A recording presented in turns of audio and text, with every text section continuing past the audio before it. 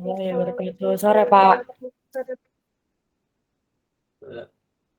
Kayak sehat-sehat ya semuanya. Jadi untuk minggu ini kita pelajari materi tentang uh, pencatatan persediaan. Kayaknya nggak tahu ya, tapi kayaknya lagi banyak yang batuk pilek gitu akhir-akhir.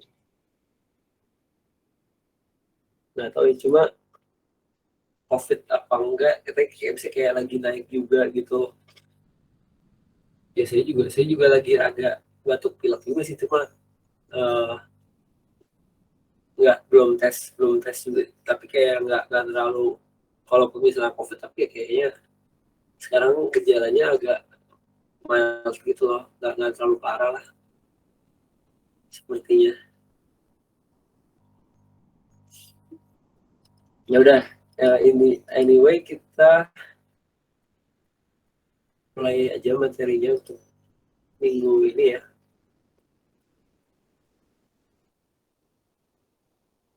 Giliran lagi sehat malas ngajar gitu, tapi giliran lagi gak enak badan ya mau nggak mau mesti ngajar gitu.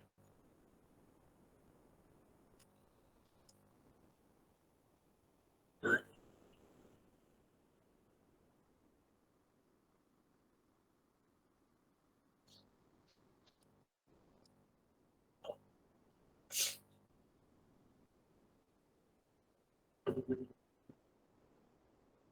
nah,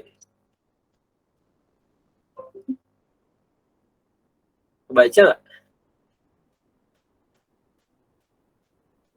Baca, Pak. Ya jadi untuk minggu ini kita akan mempelajari tentang persediaan ya. Nah seperti kenapa maksudnya untuk persediaan ini dijadikan materi untuk pembahasan satu minggu sendiri, karena memang pada dasarnya di perusahaan-perusahaan yang memiliki, terutama perusahaan dagang ya, itu dalam untuk urusan stok atau persediaan itu memang uh, tidak, memang beda gitu kalau misalnya dibandingin sama perusahaan-perusahaan yang atau akun-akun lain di perusahaan tersebut gitu, seperti misalnya penjualan ataupun misalnya pembelian. Nah kalau untuk persediaan sendiri dia itu lebih kompleks, karena memang kalau di perusahaan yang manufaktur gitu kan ada, jadi di dalamnya ada proses pengolahan gitu, di mana ya misalnya barang mentah atau bahan baku menjadi barang setengah jadi, dan lalu baru menjadi bahan jadi gitu, barang jadi sebelum akhirnya nanti dijual ke uh, masyarakat ataupun ke pasar, target pasar mereka gitu. Nah, sedangkan dalam waktu sebelum sampai akhirnya barang tersebut siap untuk dijual, otomatis kan ada persediaan yang harus penyimpanan barang tersebut itu kan membutuhkan ruang dan biaya, dan juga dalam proses perubahannya pun akan memerlukan uh, produksi, nilai-nilai cost of production lagi, dan itu akan mempengaruhi kepada harga pokok penjualan gitu, yang mana biaya atau beban-beban tersebut itu juga sangat berpengaruh terhadap nilai jual dari barang jadi sebelum akhirnya barang tersebut dijual. Nah makanya ada pencatatan persediaan gitu untuk mengetahui bagaimana nilai akhir atau harga pokok penjualan dari barang yang akan dijual tersebut gitu. Ya di sini juga kita akan mempelajari kayak beberapa awalnya dari pengertian persediaan itu sendiri, lalu juga nanti akan ada karakteristik atau tipe-tipe jenis persediaan seperti itu ya. Yang pertama kita akan berangkat dari pengertian persediaan. Yang pertama, persediaan merupakan barang yang dimiliki oleh suatu perusahaan yang diperoleh dari pembelian atau hasil produksi sendiri dengan tujuan untuk dijual kembali pada konsumen. Oke. Nah ini ada yang kayak menurut Ahmad Syafi'i, ada yang menurut Mulyadi. Ini kalau nanti sih kalau misalkan untuk ujian atau untuk kuis ataupun misalnya kalian menjawab pertanyaan tentang pengertian kesediaan, itu bebas ya, maksudnya mau menurut siapa, menurut kalian sendiri pun juga ya nggak masalah gitu. Selama ya uh, emang bener dan menjelaskan pengertian dari persediaan itu juga gitu. Yang dimiliki oleh suatu perusahaan dari hasil pembelian atau hasil produksi. Nah, kalau dari hasil pembelian doang itu berarti termasuk dalam perusahaan dagang ya. Jadi barang yang dibeli tanpa merubah ada proses perubahan bentuk atau apa dijual lagi, nah itu perusahaan dagang. Tapi kalau misalkan dari hasil produksi, jadi kan barang yang dibeli itu berubah, misalkan bahan baku nanti diolah lagi jadi barang setengah jadi, nah itu ada penyimpanannya sendiri. Setelah pengolahan baru nanti diolah lagi jadi barang jadi, atau misalkan dari bahan baku langsung jadi barang jadi, itu kan ada proses penyimpanan dan proses persediaannya sendiri. Itu biasanya di perusahaan yang perusahaan manufaktur gitu, karena yang membedakan perusahaan dagang dengan perusahaan manufaktur adalah ya proses pengolahan barangnya yang terjadi di dalam perusahaan tersebut gitu. Kalau perusahaan dagang tidak ada berubah bentuk di barang komoditi yang dijual, sedangkan kalau perusahaan manufaktur terjadi proses perubahan bentuk atau pengolahan gitu. Itu ya untuk pengertian persediaan. Lalu ada klasifikasi persediaan barang dagangan. Nah, persediaan dalam sebuah perusahaan dagang terdiri dari beberapa macam. Persediaan memiliki, ini salah ya, yang benar tiga karakter penting, yaitu yang pertama, persediaan tersebut merupakan milik perusahaan. Yaitu sudah pasti ya, kalau bukan milik perusahaan berarti perusahaannya nyolong gitu. Yang kedua, persediaan tersebut siap dijual kepada konsumen. Lalu yang ketiga, dalam perusahaan dagang dikenal satu klasifikasi persediaan yang disebut persediaan barang dagang. Persediaan ini meliputi berbagai macam barang dagangan yang dimiliki perusahaan. Perusahaan manufaktur memiliki persediaan. Dan ada yang bergabung.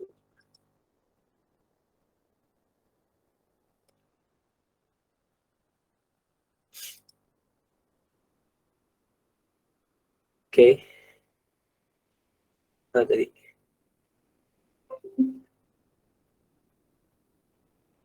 perusahaan manufaktur juga memiliki persediaan. Nah, berbeda halnya pada persediaan perusahaan dagang. Perusahaan manufaktur tidak semua persediaan siap untuk dijual. Nah, karena itu perusahaan manufaktur dikategorikan menjadi 3 kategori. Yang pertama,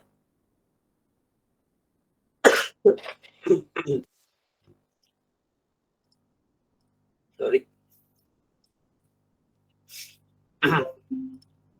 Yang pertama, persediaan barang jadi. Nah, itu ya, persediaan barang dalam proses. Lalu yang terakhir ada persediaan bahan baku. Nah, itu ya tadi yang saya jelaskan di awal. Jadi yang membedakan antara persediaan perusahaan yang manufaktur sama barang perusahaan dagang ya.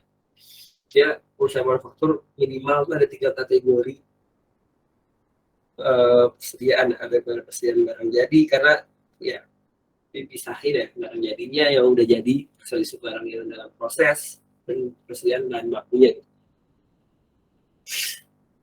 Oke, yang berikutnya ada metode. Nah, ini metode pencatatan persediaan barang dagangan. Persediaan barang merupakan faktor penting dalam menentukan HPP. Nah, ini tadi saya bahas, harga pokok penjualan. Karena persediaan barang dagang yang belum terjual diperlukan, karena persediaan barang dagangan yang tersedia atau yang belum terjual diperlukan suatu cara untuk menentukan jumlah serta nilai barang-barang tersebut gitu, untuk bisa menentukan ya tadi berapa harga pokok penjualannya gitu, supaya kita bisa menentukan mengeset value untuk kita jual untuk uh, calon target pasar kita gitu. Ada 2 metode yang dapat dipakai untuk menghitung dan mencatat persediaan berkaitan dengan perhitungan HPP. Nah, ini ada beberapa metode, ada 2 metode. Sebenarnya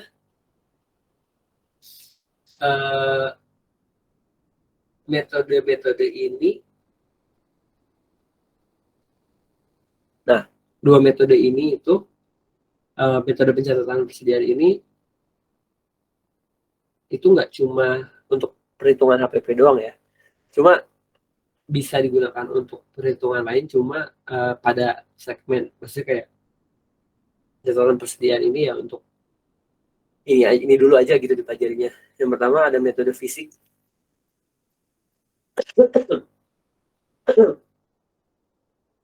Pertama ada metode fisik.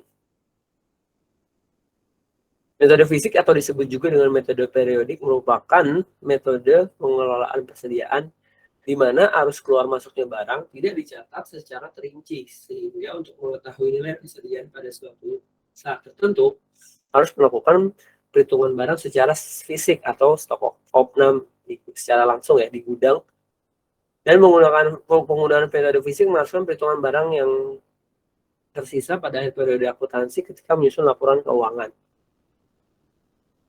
Kalau Alfur Kaniati itu nama orang ya, jadi maksudnya ini. Nah, metode fisik ini dia itu pencatatannya itu tidak secara detail, dalam artian gini, ketika ada sebuah kejadian perubahan pada stok persediaan karena misalnya proses pengolahan, itu tuh tidak setiap saat dilakukan adanya langsung catatan di tempat pada saat itu juga gitu, karena metode fisik ini memang memang dia itu pencatatannya dilakukan secara dalam kurun waktu yang lebih lama gitu loh. Nah, jadi dia itu misalkan kayak mungkin bisa 6 bulan, mungkin bisa 1 tahunan. Jadi 6 bulan dia baru melakukan pencatatan nilai persediaan barang yang ada gitu. Dan ketika misalkan nih kita nih butuh data persediaan pada tanggal sekian-sekian yang sudah berlalu, nah itu penelusurannya akan lebih sulit gitu dibanding metode-metode yang lain, yang mana kalau metode fisik ini kan cuma menghitungnya persediaan pada kurun waktu tertentu aja yang ditentukan gitu. Ada khususnya biasanya pada akhir periode nih. Nah, ini ada contoh perhitungan HPP-nya, harga pokok penjualannya, untuk dengan metode fisik tersebut. Yang pertama ada nilai persediaan awal barang ya sebesar sekian gitu, lalu ditambah dengan jumlah pembelian, nah menjadi persediaan total. Lalu dari persediaan total itu dikurangi dengan jumlah persediaan akhir, maka akan menjadi harga pokok penjualan. Nah, ini dengan dengan perhitungan metode fisik ini gitu. Memang kelebihan dari metode fisik ini lebih simpel dan cost friendly ya, maksudnya less budget gitu loh, karena otomatis karena perhitungannya yang dilakukan itu jarang, pencatatannya juga jarang gitu ya, biaya yang dikeluarkan perusahaan untuk melakukan pencatatan persediaan juga akan lebih sedikit ya, otomatis mungkin ya dana atau uang perusahaan bisa digunakan dialokasikan untuk hal-hal yang lain seperti itu. Pencatatan persediaan jurnalnya tidak sama dengan metode perpetualan ataupun jurnal metode fisik. Ini ya contoh jurnalnya untuk metode fisik. Karena ini ada jurnal untuk pencatatan pada saat pembelian, yang pertama di debit, akun pembelian di debit, dan mengkredit utang usaha atau kas. Jadi pencatatan dengan metode fisik pada saat pembelian ya, dan pada saat penjualan mendebit piutang usaha sebesar sekian, dan dikredit penjualan ya sebesar sekian juga. Nah, ini ya tadi kekurangan yang timbul pada saat penggunaan metode fisik, yaitu jika perusahaan membutuhkan laporan keuangan jangka pendek seperti misalnya bulanan, nah maka mereka harus mengadakan perhitungan fisik atas kesediaan barang atau stok opnam tadi. Bila barang yang dimiliki jenis dan jumlahnya banyak, maka perhitungan fisiknya atau stok ekonominya akan memakan waktu yang cukup lama. Akibatnya laporan keuangan juga akan terlambat. Karena mereka tidak mempunyai data yang detail tentang perubahan persediaan secara terperinci setiap saatnya, setiap adanya perubahan, otomatis ketika mereka membutuhkan data tersebut, mereka akan melakukan stok opnam secara menyeluruh untuk menelusuri perubahan-perubahan pada persediaan mereka yang mereka butuhkan tadi datanya gitu loh. Cuma memang balik lagi tergantung keefektifitasan perusahaannya masing-masing gitu. Misalnya ya balik lagi karena ketika misalkan mau pencatatan persediaan dilakukan secara detail dan sering dan lebih terstruktur dan lebih waktunya singkat-singkat gitu setiap saat gitu, ya otomatis akan dibutuhkan biaya dan maupun tenaga sumber SDM juga gitu loh, yang pengalokasian tenaga karyawannya pun juga akan lebih banyak lagi untuk melakukan pencatatan pada persediaan gitu. Jadi ya memang apa ya, tergantung pada kebijakan perusahaan masing-masing, apakah memang dibutuhkan pencatatan persediaan secara harian ataupun memang lebih efektif kalau misalkan sudah cukup 3 bulan ataupun tahunan pun juga bisa gitu. Cuma memang kelemahan dari metode pencatatan metode fisik atau metode yang jarang ini atau yang tahunan ini adalah ketika butuh data spesifik pada saat-saat tertentu, itu tuh tidak mudah mencari posisi persediaan pada saat itu gitu, kayak stok realnya tuh pada saat itu tuh seberapa gitu, ketika misalkan mau menelusuri ketika ada terjadinya fraud atau terjadinya imbalance pada neraca saldo, dan karena ternyata ditelusuri ternyata asalnya berasal dari perbedaan jumlah persediaan dengan pembelian awal gitu. Nah itu akan jadi lebih rumit gitu untuk melakukan penelusuran. Dan juga tapi ya balik lagi ada keuntungannya pun adalah dengan metode fisik ini perusahaan akan lebih hemat budget gitu, karena tidak mengeluarkan biaya yang besar karena pencatatan yang dilakukan secara rutin seperti itu. Dan kekurangan lainnya adalah metode ini tuh dianggap sangat sederhana gitu, baik saat pencatatan pembelian maupun pada saat melakukan pencatatan penjualan. Jadi untuk dari secara kredibilitas perusahaan pun ya, ketika menggunakan metode pencatatan secara fisik, ya kalau tidak mempunyai alasan yang kuat atau alasan yang jelas dan memang perusahaan tersebut sekiranya tidak butuh data detail tentang pencatatan persediaan secara harian, sebenarnya nggak ada masalah juga. Cuma ketika mereka memang di mana mereka perusahaan yang sebenarnya butuh tapi ternyata tidak melakukan hal tersebut, itu yang akan menjadi tanda tanya untuk perusahaan-perusahaan kompetitor mungkin, atau perusahaan yang ingin melakukan afiliasi ataupun dari pihak pemegang saham atau dari RUPS gitu kan, ketika melihat mereka melakukan metode fisik ini, pencatatan secara fisik ini ya tidak sangat sederhana metodenya gitu, seperti itu. Jadi ya berpengaruh juga pastinya terhadap kredibilitas gitu. Lalu yang berikutnya setelah metode fisik ada juga metode buku atau perpetual ya. Metode buku atau perpetual ini kebalikan dari yang tadi metode fisik gitu. Nah, di mana kalau metode fisik itu mencatatnya secara jangka waktu yang lumayan lama, kalau yang metode perpetual ini setiap ada terjadinya perubahan pada persediaan, baik itu persediaan bahan baku, mentah, setengah, dalam proses itu akan langsung dicatat real time gitu, terus menerus Makanya dalam metode perputaran ini setiap jenis persediaan dibuatkan rekeningnya sendiri-sendiri gitu, yang menjadi buku besar pembantu persediaan atau kartu, atau biasanya disebut dengan kartu persediaan gitu. Jadi setiap tadi kan ada akun misalkan bahan baku, bahan mentah ya, atau bahan baku dan barang dalam proses atau barang setengah jadi mungkin, dan juga barang jadi. Nah itu dia punya akun buku besarnya sendiri, di mana ketika setiap kali terjadi perubahan pada persediaan bahan baku maupun setengah jadi itu, ya akan langsung dicatat saat itu juga gitu perubahannya. Rincian dalam buku pembantu ini diawasi dari rekening kontrol persediaan barang dalam buku besar. Rekening yang digunakan untuk mencatatkan persediaan ini terdiri dari beberapa kolom yang dapat dipakai untuk mencatat pembelian, penjualan, dan saldo persediaan.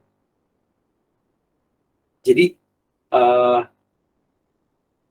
karena pengklasifikasian untuk pencatatan persediaan ini juga banyak tadi ya, jadi otomatis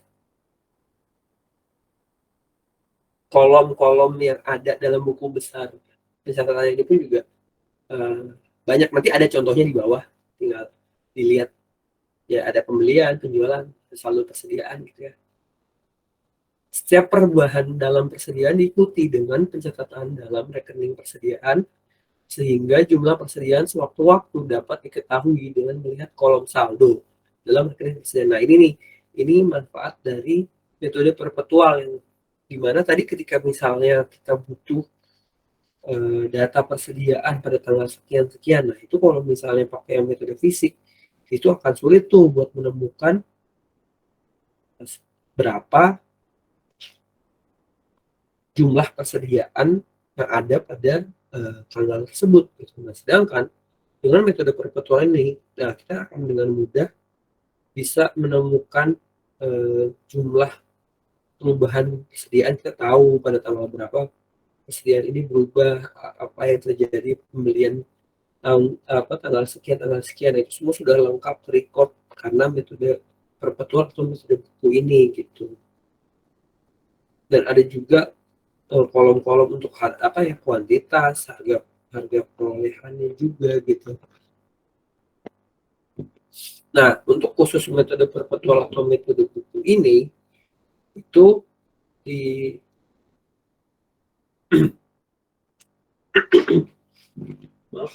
itu dikategorikan lagi ke dalam beberapa metode. Nah, yang pertama itu ada first in first out atau FIFO. Oke. FIFO ini, first in first out ini merupakan metode di mana barang yang pertama kali diproduksi itu yang akan pertama kali dijual juga gitu. Sehingga barang yang tersedia atau tersisa pada akhir periode itu juga merupakan barang yang berasal dari pembelian ataupun produksi yang terakhir gitu. Jadi ya, untuk bahan baku nih, bahan baku pertama kali dibeli, nah itu yang pertama kali diolah juga. Barang yang dalam prosesnya juga itu yang pertama kali setelah diolah, dia juga yang akan langsung diproses menjadi barang jadi. Dan pokoknya konsepnya itu adalah yang barang pertama kali jadi masuk ataupun dibeli, nah itu juga pertama kali harus dijual dulu, yang dikeluarin dulu, yang selesai diolah dulu gitu. Nah, kelemahan dari metode ini, first in first out ini, adalah kurang baik untuk menangani pengaruh inflasi. Karena peningkatan harga perolehan tidak diimbangi dengan pembebanan pada penjualan persediaan. Tetapi metode ini dapat memberikan informasi pencatatan persediaan yang mudah dan dapat dipercaya ya. Jadi kenapa sih bisa menyebabkan inflasi? Jadi kayak simpelnya gini, misalnya perusahaan memproduksi suatu barang gitu kan, tapi karena sistemnya ini memang sudah kayak pokoknya barang ini harus sold out dulu, baru nanti barang yang sudah diproduksi setelahnya baru bisa kita jualkan setelahnya gitu.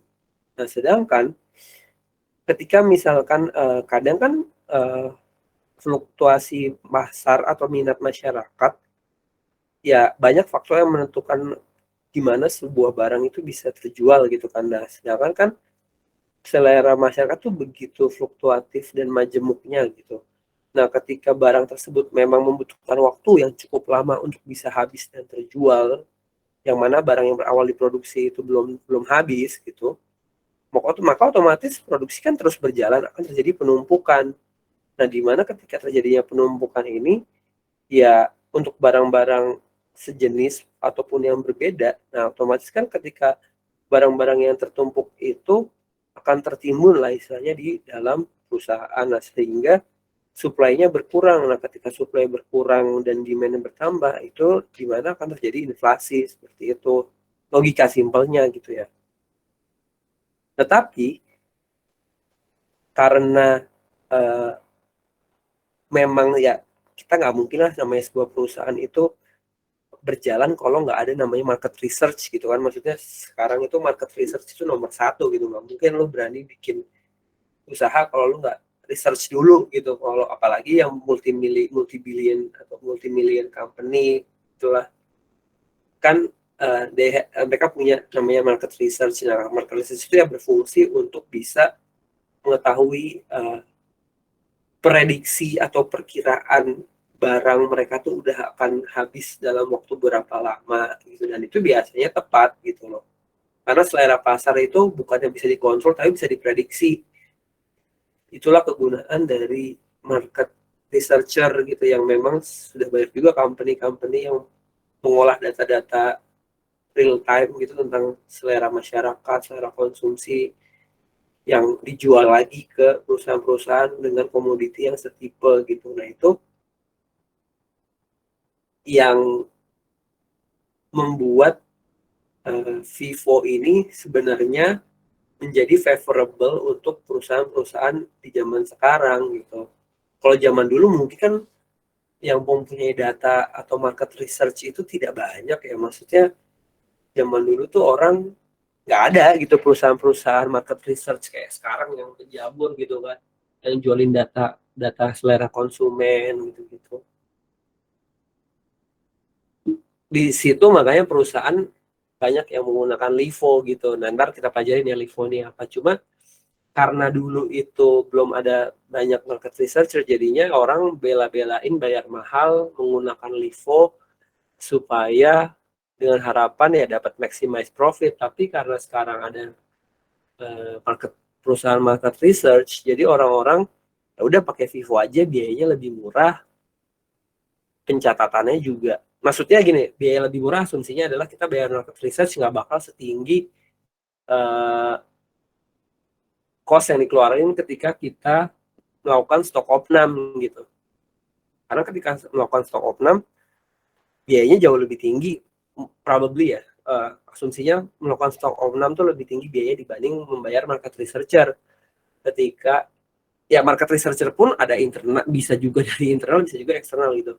Nah, otomatis ketika melakukan market research, mereka udah dapat data, udah dapat prediksi kapan barangnya bakal habis, ya otomatis mereka menggunakan Vivo aja karena Vivo-nya lebih murah, dan datanya tuh juga membuat pencatatannya lebih sistematis, karena ya itu tadi barang yang pertama kali diolah, barang yang pertama kali habis juga gitu. Lalu berikutnya ada last in first out. Nah, ini nih, last in first out ini, dalam metode ini barang yang masuk atau diproduksi atau dibeli paling akhir itu yang akan dijual duluan atau paling awal. Kenapa bisa kayak gitu? Karena perusahaan-perusahaan yang menggunakan metode LIFO ini adalah perusahaan-perusahaan eksplosif. Dalam artian mereka itu mengikuti tren, mengikuti minat masyarakat, mengikuti target pasar gitu, mengikuti selera konsumennya mereka gitu. Jadi kayak mereka lihat apa kira-kira komoditi, ya tentunya dengan lingkup masih yang sama ya. Misalnya mereka manufacture yang katakanlah mobil lah gitu, misalnya kayak uh,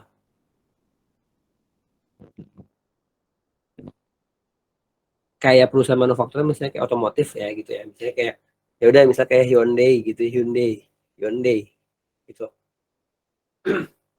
Ketika trennya nih misalnya kayak contohnya awal-awal Tesla nih kan lagi kayak booming banget udah dari uh, berapa saat yang lalu gitu, dari beberapa tahun lalu ya Hyundai yang menjadi pelopor pertama ngeluarin mobil listrik setelah Tesla, karena ngelihatnya kayaknya euforianya masyarakat nih udah lebih mengarah ke arah uh, mobil listrik nih, karena emang free emisi segala macam, ramah lingkungan lah, habis itu juga sistemnya yang lebih memudahkan atau gimana dan segala macamnya itu. Nah, mereka itu mau bisa dibilang mereka tuh menggunakan Livo ini gitu loh, karena alasan mereka pertama kali ngejual sekarang kan, maksudnya Hyundai itu punya banyak banget produk mobil yang belum, misalkan mungkin belum habis atau gimana, tapi ya mereka fokus pada apa yang lagi masyarakat kira-kira inginkan atau butuhkan. Jadi mereka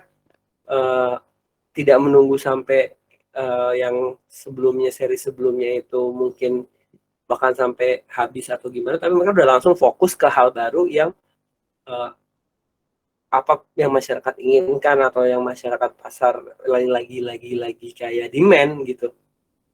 Nah itu contohnya Livo tuh ya, karena apa yang baru diproduksi itu awal langsung dijual duluan karena dia ngebaca selera pasar gitu.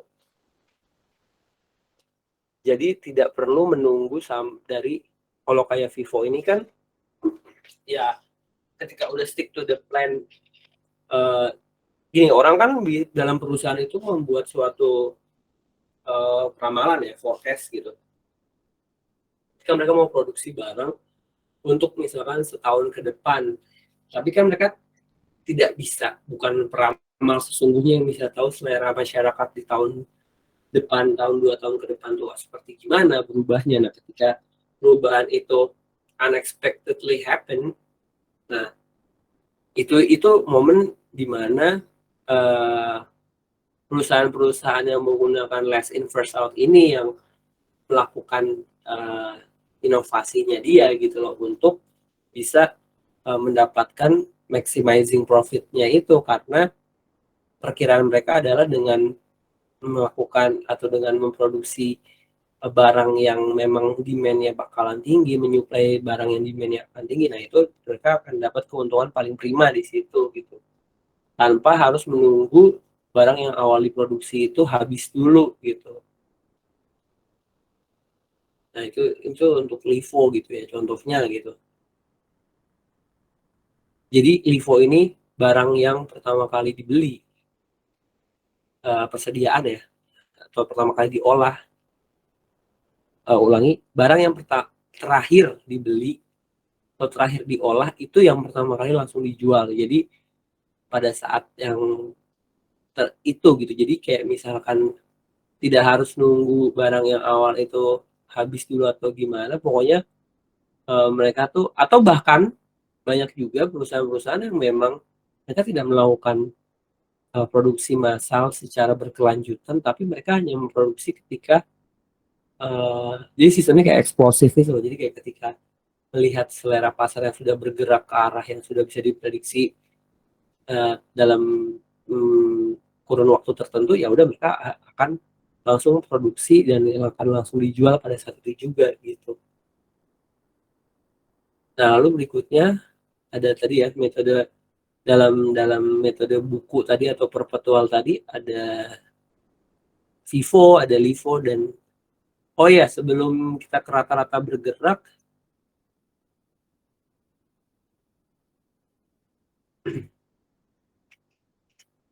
sebelum ke rata-rata bergerak ada yang mau ditanya dulu.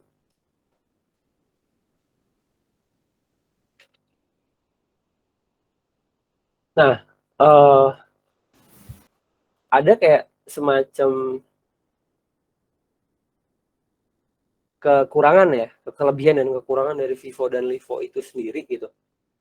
Kalau untuk Vivo ini, uh, kelebihannya dulu ya, kelebihannya itu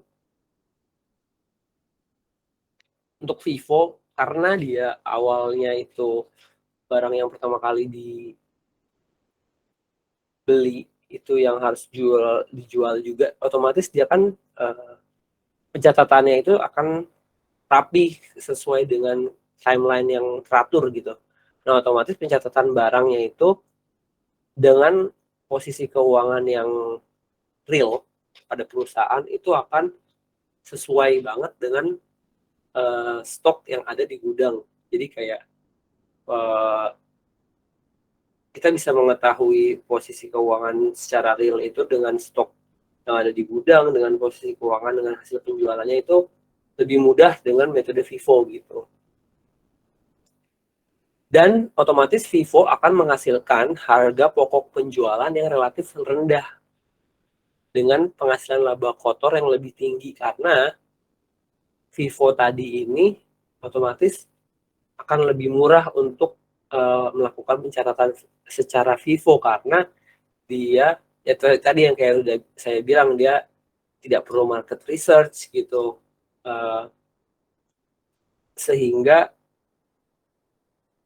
harga pokok penjualannya pun bisa ditekan, otomatis harga jualnya pun bisa lebih sesuai dengan demand yang ada gitu. Lalu berikutnya, keuntungan berikutnya juga resiko kerusakan atau penurunan kualitas barang itu bisa dikurangi ya. Bapak, maaf Pak, share screen-nya nggak ada, nggak kelihatan di layar. Oh iya, ini emang saya, oh iya deh, enggak, ini emang saya ngomong ngejelasin yang nggak ada di ini sih. Apa tuh? Yang nggak ada di screen-nya tadi gitu. Ya, oke Pak. Terus beban pajak yang dibayarkan oleh perusahaan pada pemerintah itu juga cenderung lebih tinggi. Dan laporan keuangannya cenderung lebih sulit untuk dimanipulasi untuk FIFO ya. Sedangkan kalau untuk LIFO itu keuntungannya, FIFO, kalau kekurangannya FIFO itu, nah tadi beban pajak itu lebih tinggi, terus ya laba yang dihasilkan itu biasanya kurang akurat, dan kesenjangan model produksi dengan laba yang dihasilkan cenderung lebih besar. Nah, kalau LIFO itu keuntungannya memperoleh laba penjualan yang besar karena memanfaatkan tren yang sedang berkembang gitu. Ya, ya kenapa Hyundai bisa jadi best brand 2002 apa 2000 dapat 2021 2022 ini, kayak ya karena dia uh, sangat ini banget kan, massive banget sama penjualan, segitu jor-jorannya untuk penjualan electric car-nya dia gitu udah selama 2 tahun belakangan ini gitu. Otomatis ya dia dapat laba yang sangat besar juga, tak kan, maksudnya dia benar-benar berfokus kepada mobil listriknya dia yang saat ini gitu, dengan tanpa memperdulikan section mobil konvensionalnya yang sudah lama gitu. Jadi kayak benar-benar fokusnya di situ. Nah, jadi dia bisa dapat laba yang sedemikian luar biasanya, yang mana pada 2 tahun belakangan ini memang jumlah pendapatannya Hyundai itu kenaikannya ngalah-ngalahin semua perusahaan industri otomotif yang lain gitu. Kayak kalau nggak salah 5 sampai 9 kali lipat gitu dibanding tahun-tahun sebelumnya gitu untuk jumlah pemasukannya gitu. Lalu dapat membandingkan besaran biaya atau cost dan pendapatan saat ini dengan lebih mudah. Dan laba operasional tidak terpengaruh oleh inflasi ataupun fluktuasi harga. Nah, sedangkan kalau kekurangannya dari LIFO ini adalah pencatatannya menjadi lebih rumit, karena dia itu aliran keluar masuk persediaannya itu tidak sesuai dengan runtutan waktu. Jadi kayak barang yang masuk kapanpun itu bisa langsung dijual gitu. Jadi kan catatannya agak lebih sulit ya. Lalu berikutnya, biaya pembukuannya pun juga menjadi cenderung lebih tinggi akibat penerapan metodenya yang cukup rumit. Jadi ya otomatis karena pencatatannya rumit membutuhkan lebih banyak tenaga, lebih banyak SDM, dan juga mengeluarkan lebih banyak cost atau biaya gitu. Oke, balik lagi ke slide.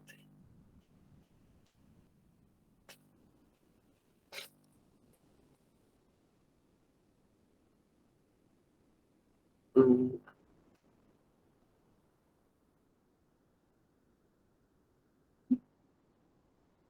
salah.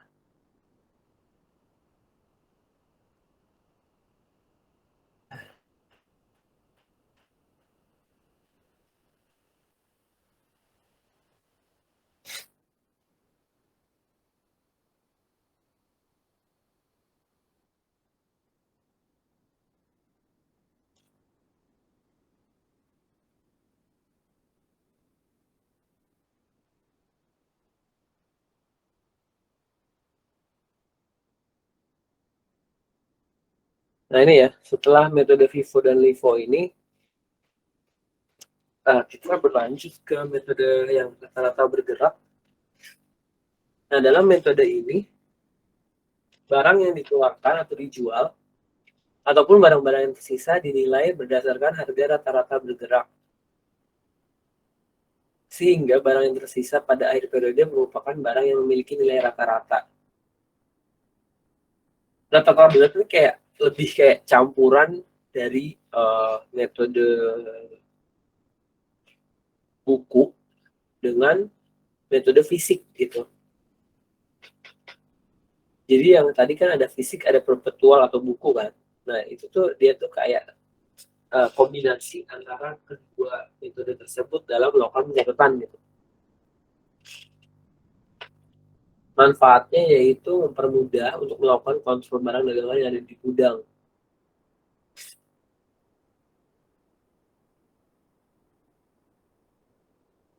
Jadi metode tata bergerak ini tidak melakukan pencatatan seperti pada setiap adanya perubahan persediaan seperti halnya metode perpetual atau metode buku ya.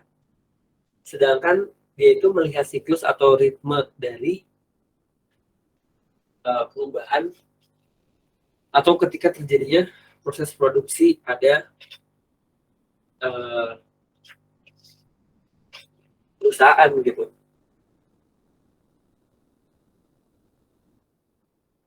Nah, ketika terjadinya hal tersebut, maksudnya untuk menghitung rata-rata bergerak ini, nah baru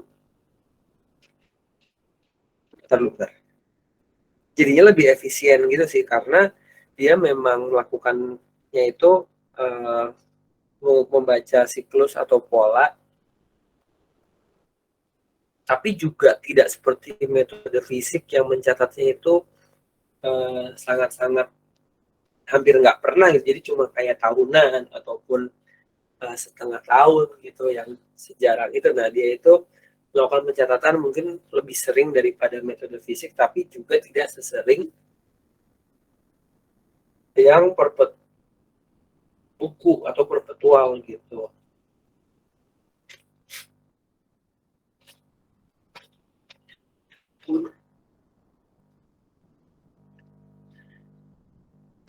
Dibandingkan dengan metode fisik, maka metode perpetual merupakan cara yang baik. Ini menurut mencapai persediaan barang dagangan. Manfaatnya itu mempermudah untuk melakukan kontrol barang dagangan yang ada di gudang. Ya itu benar, tapi baik lagi biayanya mahal gitu ya. Catatan jurnal persediaan menurut metode perpetual adalah sebagai berikut. Yang pertama, jurnal untuk melakukan pencatatan pada saat pembelian, yaitu di debit ada persediaan dan di kredit ada utang usaha atau kas. Lalu jurnal untuk melakukan pencatatan pada saat penjualan. Nah di debit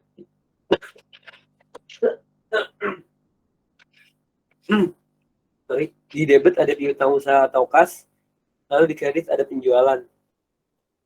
lalu ada di debit harga pokok penjualan dan kredit persediaan.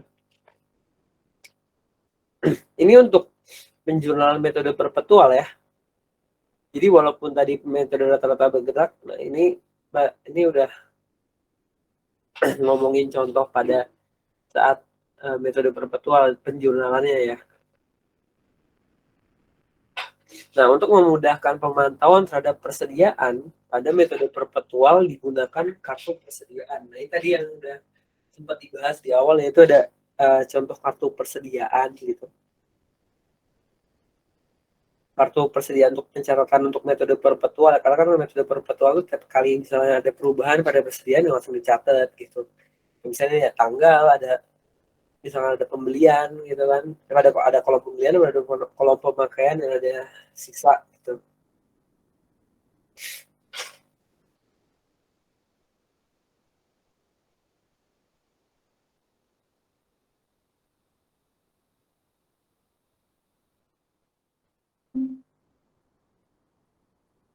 Oke, misalkan pada tanggal 1 gitu ada perubahan, ada pembelian barang dagangan, nah, kayak tadi kan ada penambahan lalu apakah kalau nggak ada pemakaian berarti sisanya bertambah. Kalau misalkan pada tanggal misalnya 2 ada pemakaian persediaan untuk pengolahan produksi misalnya, terus nanti sisanya misalnya berkurang. Nah ini contohnya misalkan untuk dan kartu persediaan ini beda-beda ya. Ada yang kalau tadi di perusahaan manufaktur ya kartu persediaan untuk barang mentah, kartu persediaan untuk barang setengah jadi atau barang proses. Terus ada kartu persediaan untuk barang jadi, karena ya harus dibedakan gitu. Dan setiap kali misalkan tanggal 1, tanggal 2, tanggal 3 ada perubahan pada persediaan, nah otomatis nanti ya seperti halnya yang di atas tadi, yang nanti dilakukan jurnal juga gitu, dicatat juga untuk jurnalnya yang berupa seperti ini formatnya gitu. Pada saat misalnya pembelian ya ada persediaan, karena kalau misalkan pembelian kan ya otomatis persediaannya bertambah, jadi ya dicatat di buku besar atau kartu persediaan juga gitu. Misalkan jurnalnya tanggal pembeliannya pada tanggal 3, nanti tanggal 3 dicatat nih pembelian sebesar misalkan 30 juta rupiah, kuantitasnya misalkan 500 unit atau 500 piece gitu.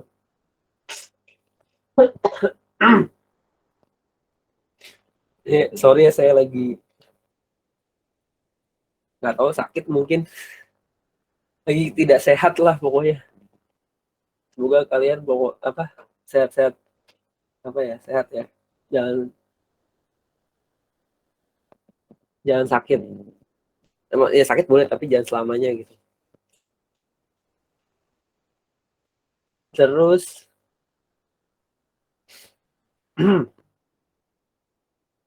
ada juga berikutnya ya, dari kan kartu persediaan udah lumayan paham lah ya. Sampai sini ada yang mau nanya dulu?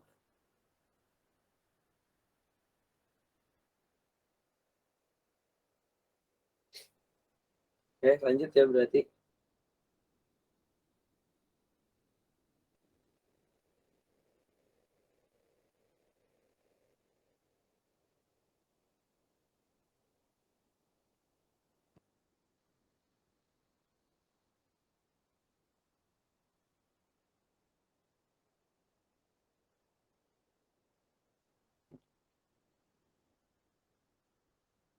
Berikutnya ada metode penentuan harga perolehan dan harga pokok penjualan ya. Nah, penentuan harga pokok harga perolehan persediaan dan HPP ini dilakukan berdasarkan asumsi arus biaya, bukan berdasarkan asumsi arus fisik persediaan. Untuk dapat menghitung harga pokok persediaan dapat digunakan berbagai cara. Yang pertama ada metode masuk pertama, keluar pertama. Masuk pertama, keluar pertama ini dibuat dengan asumsi bahwa barang yang pertama dibeli barang itu pula yang dijual gitu, kayak tadi kayak Vivo gitu. Tetapi dalam akuntansi persediaan yang dihitung sebagai unsur masuk dan keluar tersebut bukan fisik tapi perolehan persediaan. Sebagai ilustrasi, nah ini contohnya ya. Misal pada tanggal 1 Desember 2014. Saldo awal persediaan PT Mustika berjumlah 3 kg dengan nilai 10 rupiah per kilogram. Gimana sih 10 rupiah? Kayak gitulah. Kuantitas persediaan akhir 31 Desember berjumlah 5 kg. Selama bulan Desember melakukan beberapa kali pembelian dengan kuantitas dan harga yang berbeda. Beda. Berikut adalah kutipan catatan persediaan barang dagangan selama bulan Desember.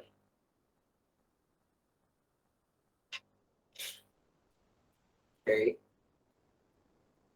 Tanggal 2, pembelian 2 unit, bla bla bla. Nah, ini kartu persediaan metode MPKP perpetual.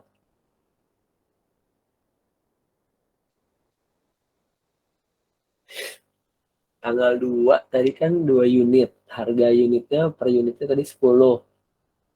Nah, jumlahnya jadi 20 rupiah. Saldonya, tadi kan awalnya saldo awalnya 3. Harga per unitnya 10, 30. Nah, habis itu bertambah sebesar 2 unitnya. Habis itu eh, bertambah. Jadi penambahannya itu dimasukkan di saldo gitu. Tanpa memasukkan jumlahnya dulu. Jadi kayak ditambahin dulu tuh di akhir ya. Baru nih tanggal 5 ada pembelian. Ih, kenapa pembelian semua sih? Contohnya jadi nggak valid kan? Ini karena contohnya pembelian semua ya. Jadi sampai dengan tanggal 31 nih ya semuanya adanya penambahan-penambahan aja nih.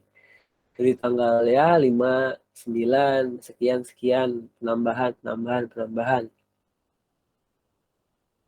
Pada tanggal 31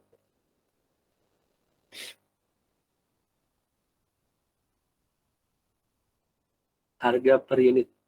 Oh, tapi ada perbedaan pada harga per unitnya nih tanggal 5. Oke.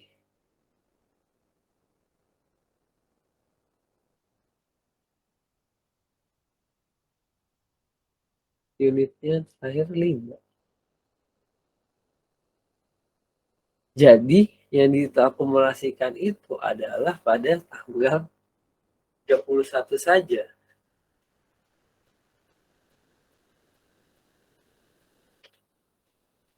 Kenapa kayak gitu ya? Oh, enggak. Ini memang yang dijumlahin tanggal 31 aja, memang bukan secara total gitu.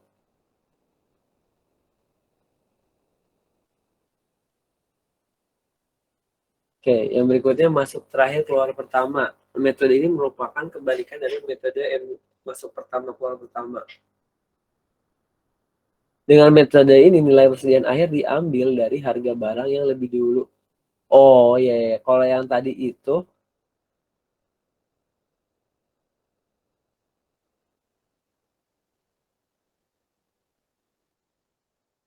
20, jumlah 30. Oke.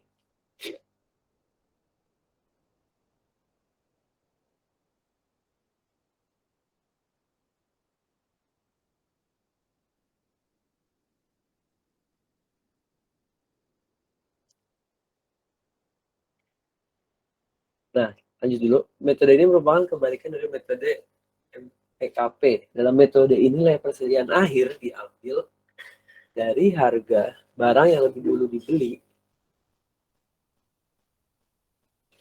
Nilai harga pokok penjualan diambil dari hasil perhitungan atau akumulasi harga beli barang yang terakhir dibeli. Seperti halnya metode MPKP, metode ini dibuat dalam metode fisik dan metode perpetual.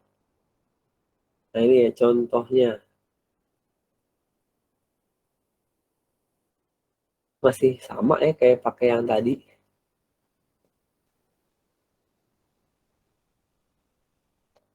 Ini sama nggak ya? 3 coba bentar.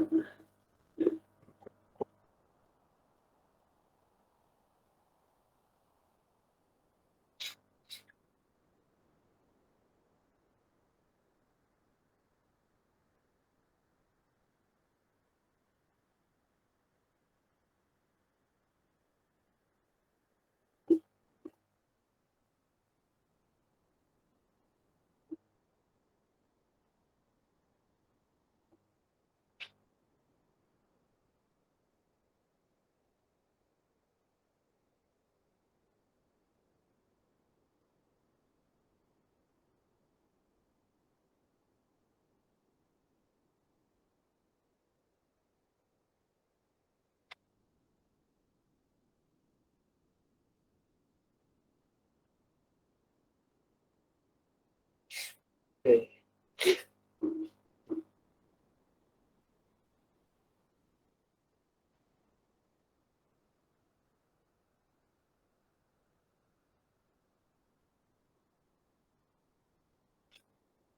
Seperti hal, nah berikutnya ada rata-rata tertimbang.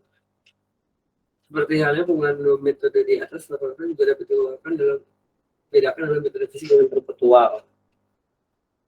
Kombinasi penyaluran persediaan dengan metode fisik dan alokasi nilai persediaan dengan rata-rata personal metode rata-rata tertimbang. Ini juga ada contoh kartunya ya. Ntar saya kasih ininya, copy materinya. Nah, lalu nih, kalau untuk persediaan ini, ada juga sistem komputernya gitu, atau sistem manajemen database. Nah, ini sih, sistem manajemen basis data atau database manajemen sistem.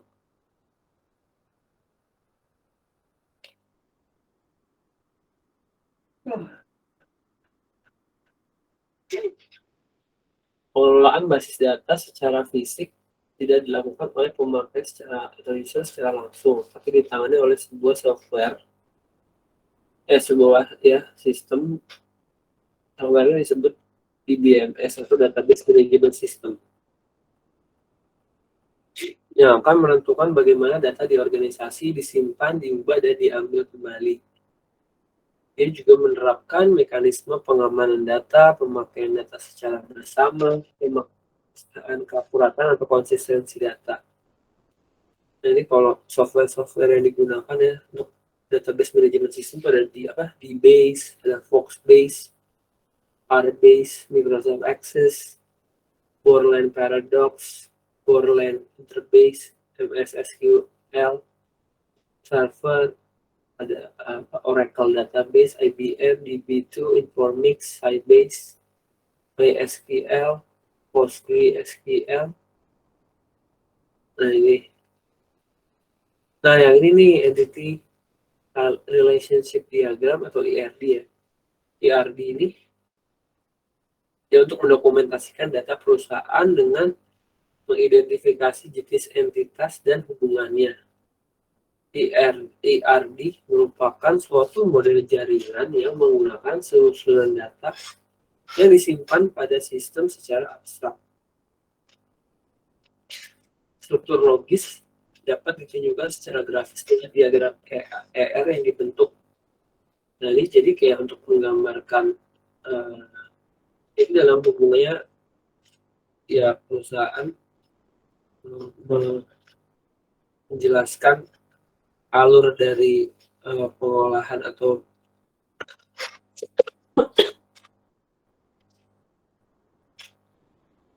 persediaannya gitu. Ini pakai simbol-simbol kayak gini gitu loh, pakai namanya DFD chart gitu atau data flow diagram. Nah, kalau simbol dari entity relationship diagramnya ini oleh yang kotak nih atau persegi panjang ini, yaitu itu dia entitasnya. Jadi kayak si entitasnya itu sendiri yang merupakan atau kumpulan dari objek yang teridentifikasi secara unik. Lalu yang oval yaitu atribut, yaitu karakteristik dari entity atau relasi yang merupakan penjelasan lebih detail tentang suatu entitas gitu. Jadi kayak dan mereka dihubungkan nanti pakai line ini, garis ya, garis ini, hubungan antar entity dengan atribut dan himpunan atribut entitas dengan himpunan relasinya. Jadi kayak ya entitas ini misalnya persegi panjang ya kan, habis itu ada dihubungkan dengan garis, habis itu jadi apa penjelasannya atau atributnya, baru nanti dari atributnya itu ada penjelasan lagi kalau untuk relasinya gitu. Kalau misalkan punya lebih dari satu entitas itu, hubungannya itu digariskan dulu ke dalam suatu ujung sangkar ini atau diamond lah ya, ini kayak diamond atau ujung sangkar mirip-mirip lah satu. Baru habis itu digariskan lagi ke bentuk persegi panjang atau sama entitas juga gitu.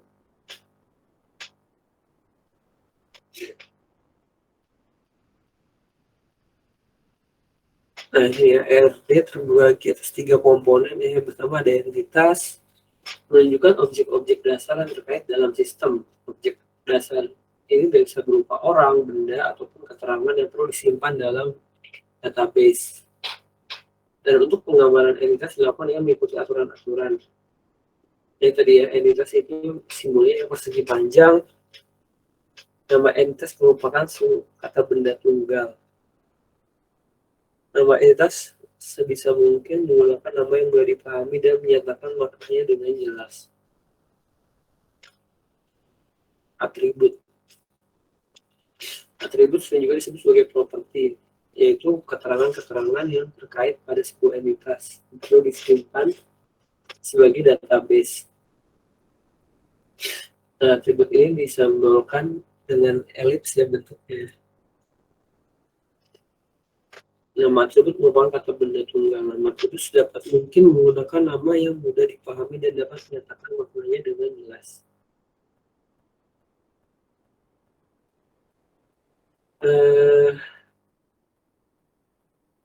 Seperti itu sih. Biasanya dia mulai dulu.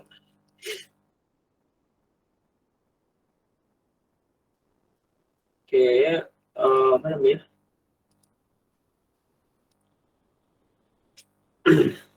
Saya emang lagi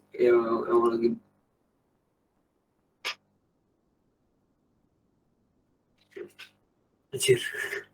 Gila nggak salah. Saya emang lagi sakit sih kebetulan nih, jadi kayak paling ya apa ya, nggak usah sampai lama-lama, tapi ya intinya dari materinya udah sih itu. Kayak kalian ada yang mau ditanyain nggak?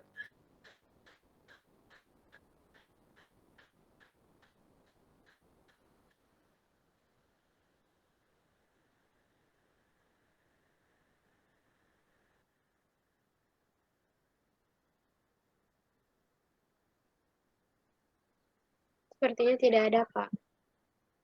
Oke, ya udah kalau gitu ntar kopian materinya tinggal saya kasihin aja, dan siapa ya, Pai ya, Pai boleh minta tolong ini apa diabsenin, ntar yang nggak hadir tolong kasih ke saya gitu Ya Pak, nanti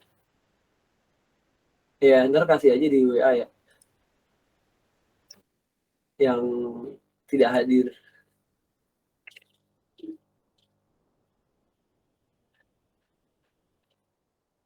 kayaknya hadir semua deh Pak.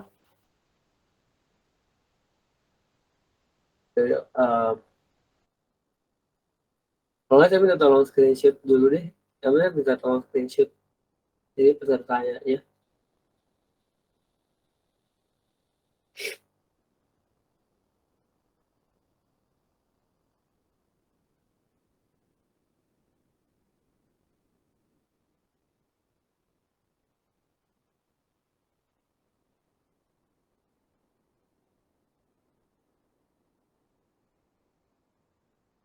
Ini di screenshot, Pak. Iya, iya, yang ini, yang hadir. Udah, Pak. Iya. Masih.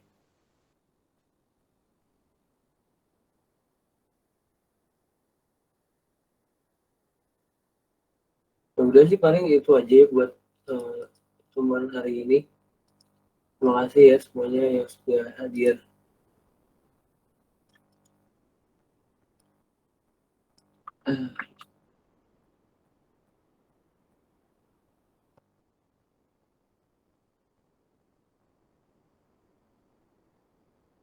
Jaga kesehatan.